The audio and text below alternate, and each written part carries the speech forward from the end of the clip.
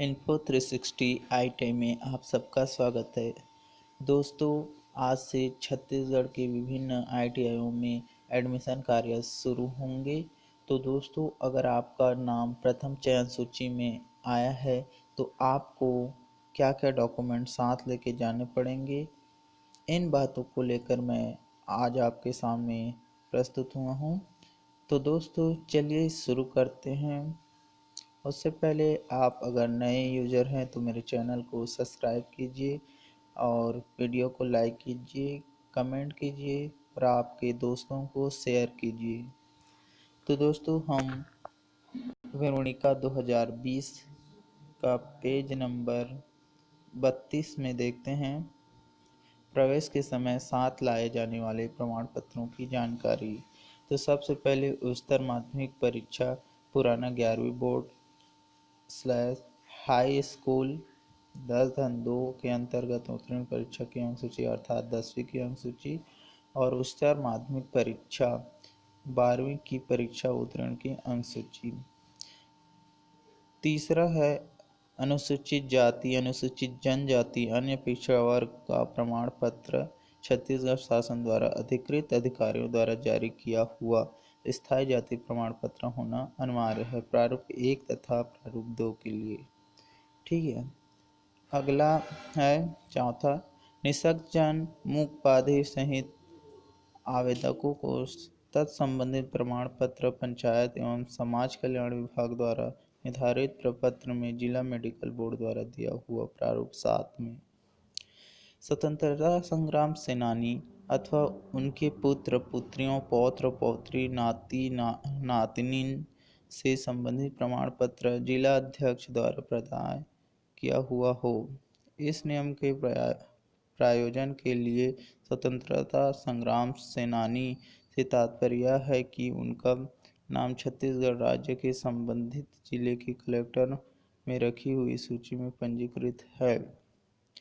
भूतपूर्व सैनिक अथवा उस पर आश्रित पुत्र पुत्री विधवा के प्रकरण में जिला सैनिक बोर्ड द्वारा दिया गया प्रमाण पत्र प्रारूप 3। संचालनालय रोजगार एवं प्रशिक्षण के अधीनस्थ विभागीय अधिकारी कर्मचारी के पुत्र पुत्री होने का प्रमाण पत्र कार्यालय प्रमुख द्वारा जारी किया गया हो, प्रारूप 8। पंजीकृत अनाथ आश्रम का प्रमाण पत्र जिलाध्यक्ष कार्यालय द्वारा जारी किया गया हो। 9वां, न्यूनतम आयु संबंधी प्रमाण पत्र के लिए जन्म प्रमाण पत्र अथवा 10वीं की अंक सूची प्रस्तुत करना अनिवार्य है। 10वां, आधार प्रमाण पत्र की छाया प्रति एवं गरीबी रेखा के अंतर्गत हो तो राशन कार्ड की छाया प्रति। 11वां, यदि अभ्यर्थी प्रवेश उपरांत छात्रवृत्ति प्राप्त करने का इच्छुक हो तो अभिभावक पालक का आय प्रमाण पत्र प्रवेश के समय प्रस्तुत करना अनिवार्य है। प्रवेश के समय आय प्रमाण पत्र प्रस्तुत नहीं करने की स्थिति में बाद में छात्रवृत्ति के लिए प्रशिक्षणार्थी के नाम पर विचार नहीं किया जाएगा। तो दोस्तों, ये थी आवश्यक 11 डॉक्यूमेंट्स जो आपके लिए आवश्यक है। तो दिए गए प्रमाण पत्रों में आवेदक को उन्हीं प्रमाण पत्रों को प्रस्तुत करना अनिवार्य होगा जो प्रवेश के लिए निर्धारित अर्हता के अनुसार आवश्यक हैं एवं आवेदक द्वारा आवेदन रजिस्ट्रेशन में दर्शाया गया है। आवेदक के किसी एक संस्था में प्रवेश लेने के पश्चात किसी अन्य दूसरी संस्था में चयन होने पर तभी प्रवेश प्राप्त कर सकेगा जब वह पहली संस्था में अपना प्रवेश निरस्त करा लें। संस्था में प्रवेश हेतु उपस्थित होने वाले आवेदकों के लिए आवश्यक अन्य निर्देश भी हैं, जिसमें पहला है आवेदकों को संस्था परिसर में प्रवेश हेतु मास्क लगाना अनिवार्य आने की अनिवार्यता होगी। आवेदकों को संस्था परिसर में प्रवेश प्रक्रिया के दौरान उनके लिए निर्धारित मापदंडों के अनुसार सोशल डिस्टेंसिंग का पालन करना अनिवार्य होगा। प्रत्येक आवेदक को स्वयं का पानी बोतल एवं टिफिन की व्यवस्था स्वयं करनी होगी। केवल आवेदकों को संस्था परिसर में प्रवेश की अनुमति होगी। आवेदकों के अतिरिक्त किसी अन्य व्यक्तियों का प्रवेश निषेध रहेगा। आवेदकों को संस्था परिसर में प्रवेश प्रक्रिया के दौरान उनके लिए निर्धारित बैठक कक्ष के अतिरिक्त अन्य मूवमेंट की अनुमति नहीं होगी।